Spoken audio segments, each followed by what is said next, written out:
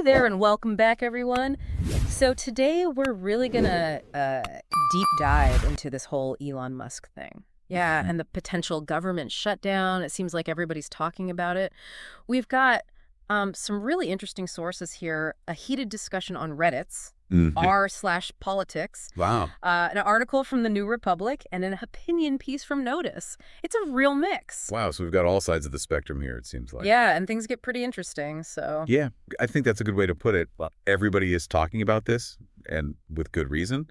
Um, it all started with this continuing resolution that the House is trying to pass to fund the government. Right. Now, this kind of bill isn't usually front page news, Mm-hmm.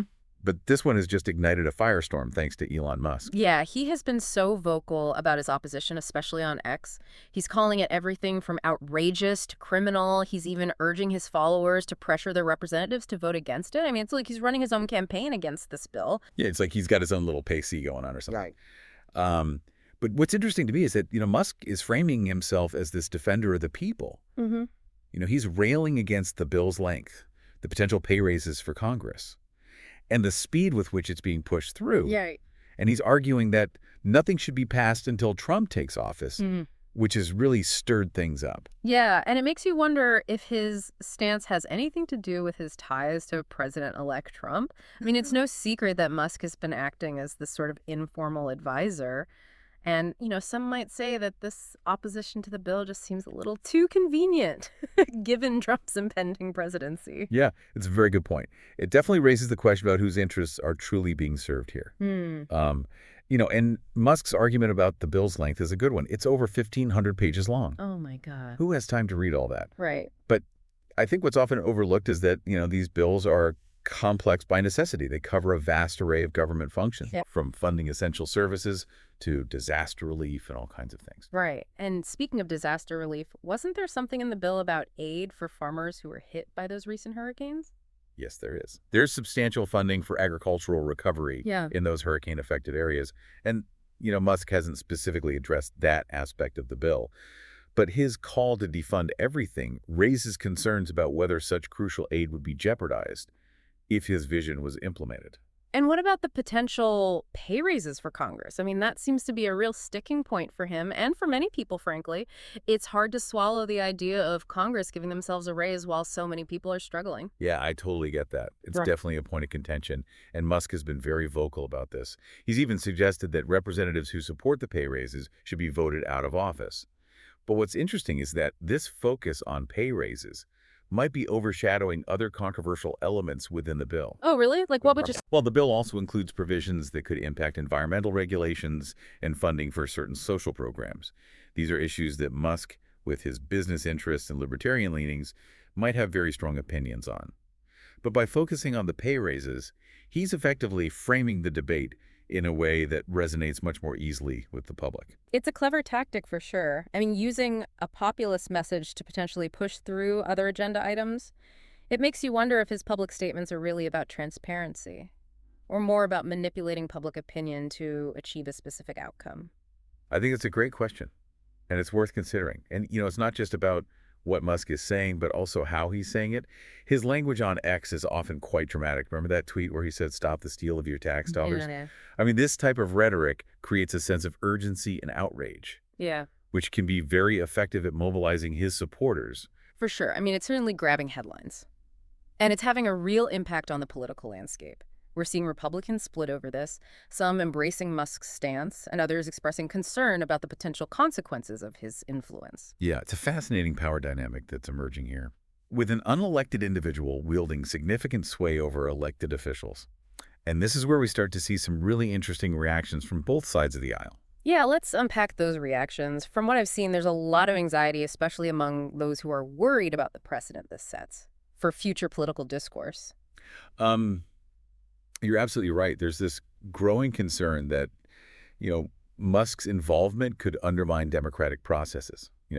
Some people are drawing comparisons to George Soros, who's been a frequent target of criticism for his political influence. But I think the difference here is that Soros primarily operates through, philanthropic organizations and political action committees, Yeah. whereas Musk is leveraging his personal wealth and this massive social media platform to directly influence political outcomes. Yeah, and the irony isn't lost on people that Musk himself is an immigrant who benefited greatly from government subsidies for his companies. Some of the comments we saw on Reddit were pretty pointed about that, highlighting the hypocrisy of those who previously criticized Soros and are now embracing Musk's intervention. It is interesting, isn't it? It really does raise questions about, whether the issue is truly about outside influence Right. or if it's more about aligning with specific ideologies or individuals, regardless of their past actions or statements. Right. It's complex for sure. There are no easy answers. But let's shift gears for a moment and talk about the potential impact of a government shutdown. We've touched on this briefly, but it's important to understand what's at stake here for everyday people. Absolutely. While this might feel like a political game to some, a government shutdown has very real consequences for millions of Americans. We're talking about essential services being disrupted, federal employees potentially not getting paid, delays in crucial programs like Social Security and Medicare, and even national parks being closed. And with the holidays right around the corner, a shutdown would be particularly devastating for many families. Imagine not getting your paycheck right before Christmas, Yeah. or not being able to access vital healthcare services during a time when you need them most. I know it's terrible. The timing couldn't be worse. And it really underscores the disconnect between those in power and the struggles of everyday people. Musk, for example, has suggested just shutting down the government until Trump takes office, saying defund everything and claiming we'll be fine for 33 days. But for someone living paycheck to paycheck or relying on government assistance, even a few days without those resources can be catastrophic. Yeah, it's easy to throw around phrases like defund everything when you're a multi-billionaire insulated from the fallout. But for many Americans, a government shutdown is not an abstract concept. It's a direct threat to their well-being. Exactly. And it's not just about immediate financial hardship. A shutdown can have long-term consequences as well. It disrupts the economy, creates uncertainty, and erodes trust in government institutions.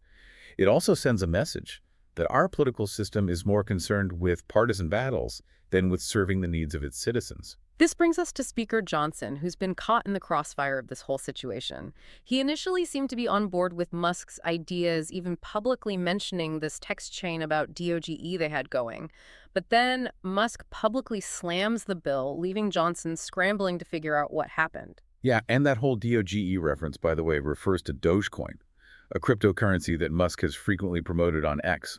It's another example of how he uses his platform to influence not just political discourse, but also financial markets. Oh, wow. So we've got Johnson, who's trying to wrangle his caucus and pass this bill, suddenly dealing with this unpredictable force like Musk, who seems to be calling the shots from the sidelines. Yeah, and it really highlights the precarious nature of power dynamics in our current political landscape.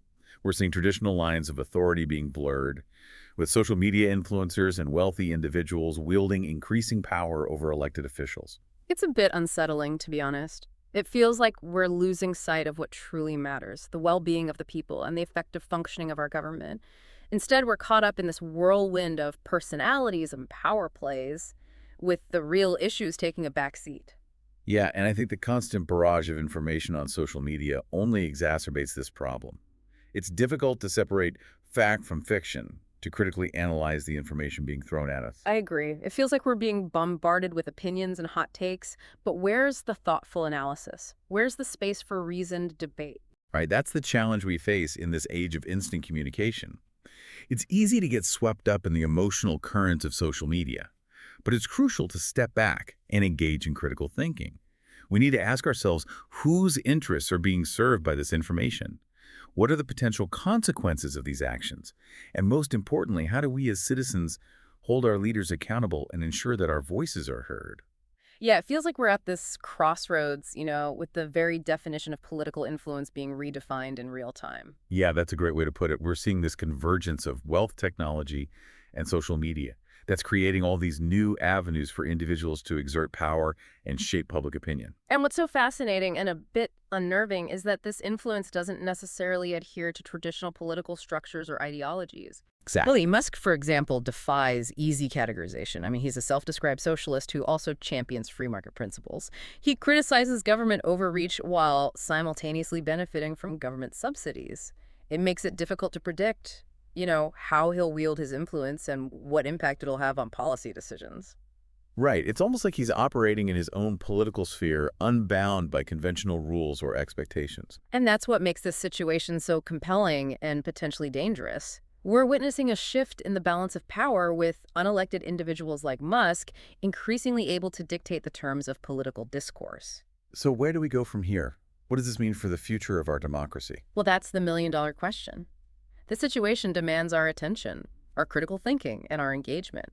We need to be aware of the forces at play, the motivations of those in power, and the potential consequences of their actions. We can't just be passive observers letting the billionaires and the algorithms decide our fate. Exactly. We need to reclaim our agency, engage in constructive dialogue, and hold our elected officials accountable. And we need to do it in a way that transcends the echo chambers of social media and fosters genuine understanding across different perspectives.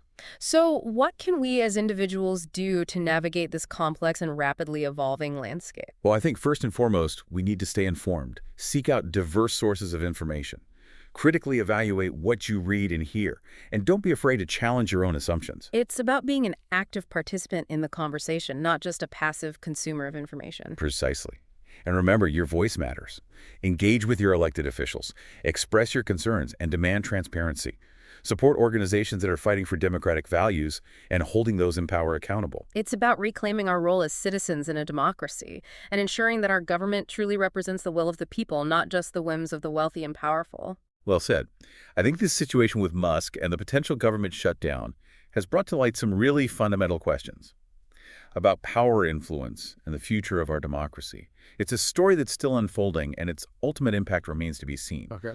But one thing is clear. We all have a role to play in shaping that future. So as we head into this new year, let's all make a commitment to stay informed, engage in thoughtful discussion, and use our voices to create a more just and equitable society. Thanks for joining us for this deep dive, and remember, stay curious, stay critical, and stay engaged.